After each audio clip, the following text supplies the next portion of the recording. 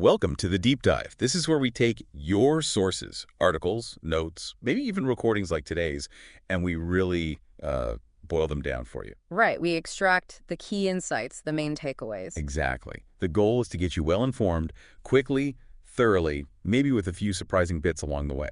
And today we're setting the stage for a really unusual deep dive. Yeah? Our source material is from excerpts of an audio recording. It's called Spirit Asks Me, Where's Heaven Hear This and More? Wonderbox Gold Dimensions.mp3. Wow, okay. That's quite a title. It definitely is an interesting listen. So our mission here is to explore this domain of communication, right? What's presented as afterlife research in these transcripts. Mm-hmm. We're going to look at the methods, the questions asked, and, the responses that were apparently captured. You'll hear these claims of direct spirit communication and the specific tech involved. Yeah. So it kind of poses that question, what if communication isn't limited like we usually think? What if the conversation is bigger? Exactly. Let's unpack this. Okay, so the person doing this experiment, the one behind this real afterlife research, that's Steve Huff. Right. He's been doing this kind of work for a while, exploring these realms. And his goal, stated pretty clearly, is trying to communicate directly with entities. Entities in spiritual realms, as he puts it. It's quite ambitious. Definitely. Ugh. And he's using specific technology, not just, shouting into the void. No. He mentions the new Wonderbox Dimensions Gold. Right. And for people who don't know, these boxes often work with, white noise or scanning radio frequencies. Yeah, the idea is they provide a base sound for spirit voices to supposedly manipulate or form words from. And Stig seems really impressed with this particular version. He calls it insane. And like the gold box, but clearer. Yeah. So he feels it's a definite upgrade. Sounds like he's pretty excited about its potential. Absolutely. But it's funny, even with this advanced tech, Yeah. everyday problems still crop up. Steve mentions a logistical thing. Right, the camera battery. Exactly. His video camera battery died, so he had to use his phone. And that apparently affected an earlier session he couldn't record. Yeah, an unrecorded one. It just reminds you, even when you're trying to talk to spirits, your batteries better be charged. Haha. Yeah, the basics still count. So, okay, the Wonderbox is on. He starts the session, asks that classic question, is anyone here? And the response isn't just a yes or no. It's specific. This is a temple. Yeah. Right off the bat, sets a profound tone, wouldn't you say? Definitely unexpected. Yeah. And then almost immediately, someone identifies themselves. That's right. You hear, it's Richard. Which Steve clarifies later as Richard Rowe. It sounds like someone Steve expects to hear from, suggesting, this isn't the first time, an ongoing thing. And Steve sets his own intention clearly, too. He says something like, I come as a friend. I come with God in my heart. Right.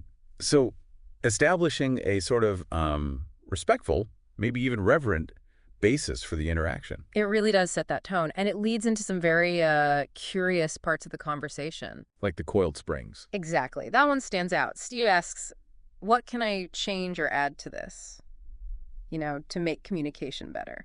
And the response, twice, is the coiled springs. Yeah. What do you make of that? I mean, it's a real head-scratcher. Totally. Yeah. Is it literal?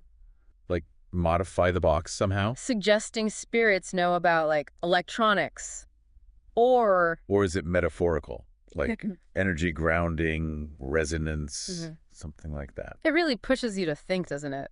How would communication even work across these dimensions? What would the instructions sound like? It's one of those bits that just sticks with you. But then you get a very direct request from one of the voices. Yes. Talk to me about the light. Feel like they wanted to bring that up specifically. And it connects, interestingly, to something Steve notes about the box itself. The gold and silver inside. Steve mentions that and then asks the spirit why you like gold. And the answer. This time of transformation. Wow. Okay, so gold, transformation. It feels almost, alchemical. Like gold isn't just metal in the box, but maybe symbolic. Symbolic of transformation. Yeah. Enabled by this light they want to discuss. Perhaps. It adds this really rich kind of mystical layer to what Steve's trying to do.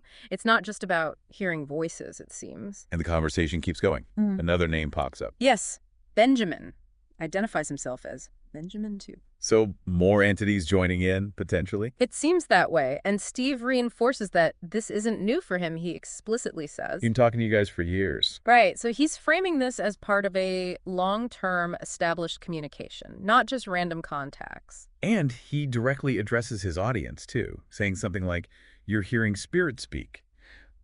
Ladies and gentlemen, through this Wonderbox dimension. Yeah, he's very direct about what he believes is happening, presenting it as evidence. And during this, there's also talk about physical objects. Crystals, yeah. And the question gets asked, do you feel energy from crystals? Which brings up that whole idea, do physical things play a role? Are Yeah. they amplifiers, conduits? Or do they just have some energy that helps bridge the gap? It's another layer to consider in this type of alleged communication. But Steve isn't just recording the Wonderbox output. He tries to cross-validate, right? Exactly. He wants confirmation. So he pulls out another device, A DR60, which he calls, the best EVB recorder I've ever owned or used. EVB meaning electronic voice phenomena. right, EVPs, those alleged spirit voices caught on tape, often in static or noise. Basically, he's trying to capture an EVP simultaneously, hoping for, as he says, a validation that they are using the box or like box. Basically, trying to get proof that the voices heard on the Wonderbox are the same source as any EVP he might catch on the separate recorder. Precisely. And he asks very specific questions into this DR60. Like, Things like, testing 1, 2, were you able to speak through this Wonderbox? okay, direct question. And David, are you here? Yeah. Presumably addressing a specific entity. Also, can you speak loudly? And asking their opinion of the tech itself. Yeah, do you like this new box? He's really trying to get clear, targeted responses on that separate device to confirm the Wonderbox's role. So that's our journey, really. A deep dive into this world of claimed spirit communication using specific tech. We looked at Steve Huff's approach, this Wonderbox Dimensions gold device. Weird coiled springs mystery. The possible links between gold light transformation. And his attempts to actually validate what he's hearing. And, throughout this, we've just presented what's in the source material, the claims and experiences from that audio recording. Right. Giving you a look at this pretty unusual field of afterlife research, we're laying out what was recorded. Allowing you to draw your own conclusions. Yeah. Ultimately, it's a fascinating glimpse, isn't it? It makes you think not just, is this real, but maybe. How do we even approach understanding communication if it goes beyond our usual senses? Steve Huff's approach, it's meticulous in its own way, even if unconventional. It definitely challenges maybe our standard ideas of evidence, connection, especially in these realms we can't easily perceive. Leaves you with questions. Definitely. What deeper questions does this raise for you? About consciousness, maybe? Or just the unseen, something to mull over?